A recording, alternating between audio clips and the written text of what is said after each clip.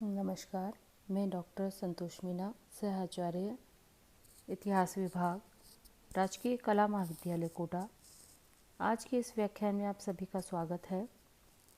हम प्राचीन भारत का इतिहास का एक प्रमुख टॉपिक जैन धर्म पर चर्चा करेंगे। इस व्याख्यान में हम जानेंगे जैन साहित्य। जैन साहित्य को हम दो भागों में विभाजित कर सकते हैं, आगम साहित्य और आगमेतर साहित्य।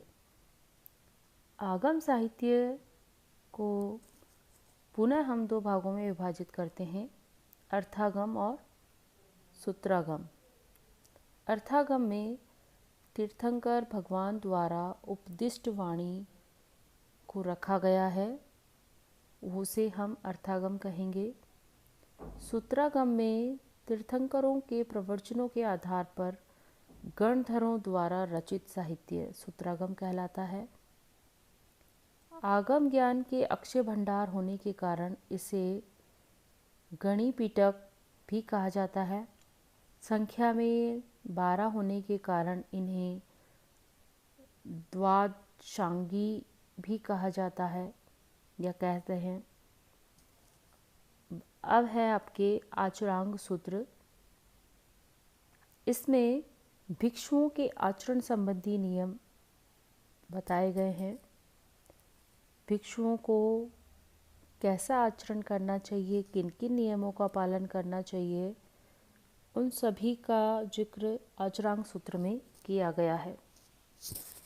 जो जैन पुस्तकें महावीर स्वामी इत्यादि तीर्थंकरों से पहले की प्रचलित थी, उन्हें पूर्वा कहा जाता था।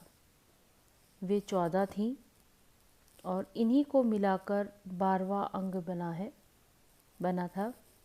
जैन साहित्य को हम 6 भागों में विभाजित कर सकते हैं, जिसमें 12 अंग, 12 उपांग, 10 प्रकीर्ण, 6 सूत्र, 4 मूल सूत्र और 6 है विविध। जैन धर्म का मूल साहित्य प्राकृत भाषा में है। धार्मिक ग्रंथों पर जैन साधुओं ने अनेक टीकाएँ लिखी हैं और भाष्य लिखे हैं, जिनमें प्रमुख है हरिभद्र स्वामी, शांति सूरी, देवेंद्र गणी, अभयदेव, हेमचंद्र आदि। अब है आपके जैन धर्म का प्रसार हो गया। इसमें है जैन धर्म में विभाजन।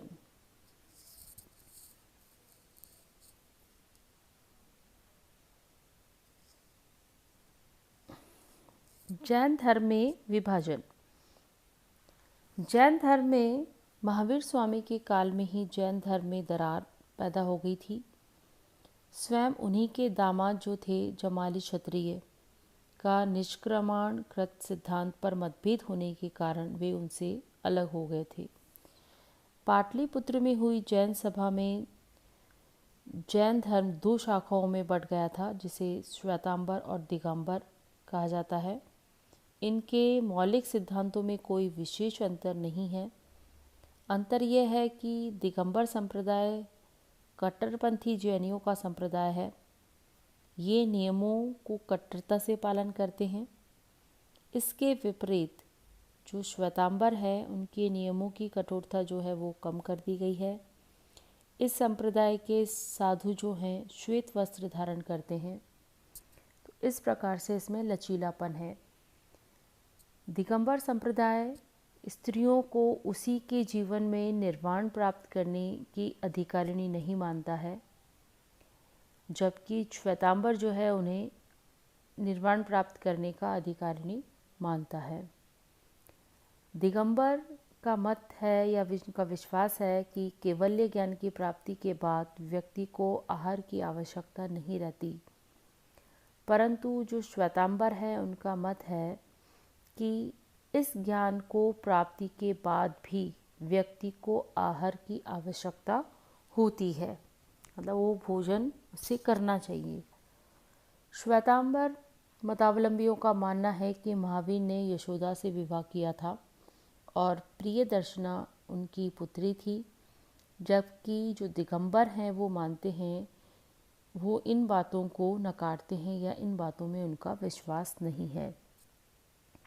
अब है आपके जैन धर्म का प्रचार और प्रसार। महावीर स्वामी ने जनता की बोलचाल की भाषा में अपना प्रचार प्रसार किया था, पाली भाषा में। इस धर्म में के शीघ्र प्रसार होने का महत्वपूर्ण कारण भी यही था कि ये आम बोलचाल की भाषा में इसका प्रसार किया गया। सामाजिक समानता की इसमें भावना थी। ऐसी स्थिति में जब कठोर वैदिक व्यवस्था में निम्न समझे जाने वाले लोग जो थे, उन्होंने शीघ्र ही इस धर्म को अपना लिया था, क्योंकि वहाँ जातीय भेदभाव बहुत ज़्यादा किया जा रहा था उनके साथ। इस धर्म की सफलता ब्राह्मणों के विरुद्ध क्षत्रियों की सफलता थी। इस भावना से प्रेरित होकर कई राजवंशों ने इसके प्रसार के लिए भरपूर सहयोग किया। समकालीन राजाओं में, जिसमें बिंदुसार है, अजातशत्रु है, उदयन है, ने इस धर्म को जो है वो संरक्षण प्रदान किया था।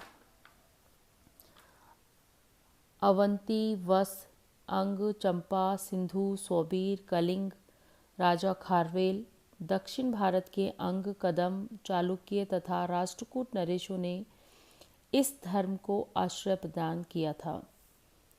जैन धर्म के व्यापक नहीं होने के कारण, कि वो इतना व्यापक क्यों नहीं हुआ, उसके कुछ प्रमुख कारण हैं। बौद्ध धर्म की तुलना में जैन धर्म अपने प्रारंभिक काल में अधिक व्यापक नहीं हो पाया। इसके प्रमुख कारण को हम कुछ भागों में बांटते हैं। पहला है, इस धर्म में दार्शनिक पक्ष की प्रधानता और उसके आचरण संबंधी नियमों की कठोरता थी। इसके नियम जो हैं वो काफ़ी कठोर थे। हर व्यक्ति इसे मानने में थोड़ा हिचकता था। दूसरा है अहिंसा। वस्त्र त्यागना, केश लुंचन, आभरण अनशन, काया क्लेश मतलब शरीर को कष्ट देना आदि सिद्धांत सामान्य जनता के लिए व्यवहारिक नहीं थे। तीसरा है जाति प्रथा का धर्म में पुनः प्रवेश हो जाना। मतलब इस धर्म में पहले जाति प्रथा नहीं थी, बाद में इसमें जाति प्रथा या उसका प्रवेश हो गया था। फिर है ब्राह्मण धर्म के धार्मिक तथा सामाजिक संस्कार, उनका भक्तिवाद, देवी देवता भी जैन धर्म में प्रविष्ट हो गए। फिर है जैन संघों में प्रगतिशील वैज्ञानिक व्यवस्था का अभाव था। नेक्स्ट है कि जैन धर्म में प्रगतिशील विद्वानों की भी कमी थी बाद में।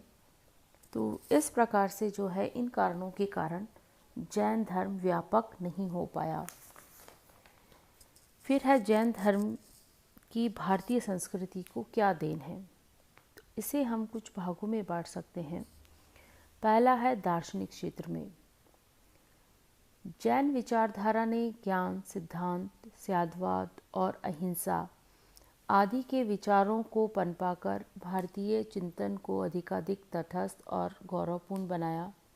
सत्य, अहिंसा सिद्धांत जो है वो जैन धर्म की ही देन है। साहित्य के क्षेत्र में देखते हैं तो जैनाचार्यों ने संस्कृत को ही नहीं अपितु अन्य सभी प्रचलित लोक भाषाओं को अपनाकर उन्हें समुचित सम्मान दिया। यानी लोग बोलचाल की भाषा में उन्होंने अपना प्रचार प्रसार किया। समस्त भारतीय पौराणिक सामग्री को अपनी मान्यताओं के साथ समन्वित किया। आध्यात्मिक ज्ञान सर्वसाधारण तक उन्होंने पहुंचाया। रविशेन ने पद्म पुराण, इसके कुछ उदाहरण हैं जो हम यहाँ रख रहे हैं। साहित्य के क्षेत्र में कुछ प्रमुख रचनाएं। स्वयंभू ने अपभ्रंश में षडम चरित्र, जिनसेन सेकंड ने हरिवंश पुराण, देव प्रभु ने पांडव चरित्र, हरिभद्र ने सम्रादित्य कथा, सिद्धर्षि ने उपभीति पंचकथा, धर्मचंद ने मलय सुंदरी कथा,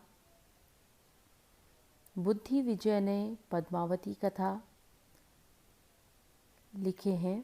ये नीति, दर्शन, व्याकरण, ज्योतिष, चिकित्सा आदि पर भी इसके अलावा ग्रंथ लिखे गए हैं।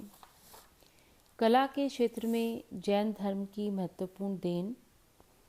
कला में कलात्मक स्मारक बने, मूर्तियाँ, मंदिर, मठ और गुफाएं हैं जो आज भी सुरक्षित हैं, जिसमें कुछ प्रमुख है उड़ीसा के पुरी जिले में उदयगिरी और खंडगिरी की 35 गुफाएं, एलोरा की जैन गुफाएं, दिलवाड़ा के जैन मंदिर, रणकपुर के जैन मंदिर, मैसूर में श्रवण बेलगोला का मंदिर जहां गोमतेश्वर की 60 फीट ऊंची मूर्ति है, मृत्युंजय पहाड़ी पर 500 जैन मंदिर। ये कला के क्षेत्र के प्रमुख उदाहरण हैं। अन्य क्षेत्रों में जैन धर्म की क्या क्या देन है, तो जैन धर्म ने जन्म के आधार पर उच्चता और निम्नता को नए मानकर कर्म के आधार पर व्यक्तित्व की पहचान पर जोर दिया था। नारी के प्रति आत्मसम्मान और गौरव की भावना को उन्होंने पुनः जागृत किया और वह भी मोक्ष की अधिकारिणी है।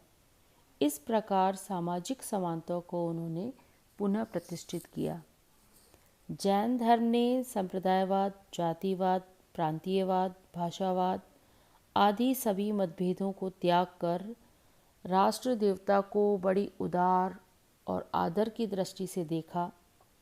सामान्यतः ये कहा जाता है कि जैन धर्म ने संसार को दुख मूलक बताकर निराशा फैलाई, जीवन में संयम और विराग पर बल देकर उसकी अनुराग भावना और कला प्रेम को कुंठित किया है, ऐसा माना जाता है।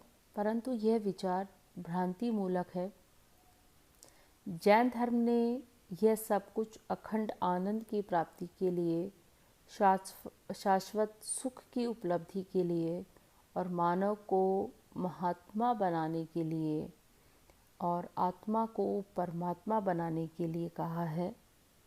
तो इस प्रकार हम देखते हैं कि जैन धर्म भारतीय इतिहास में एक प्रमुख स्थान रखता है।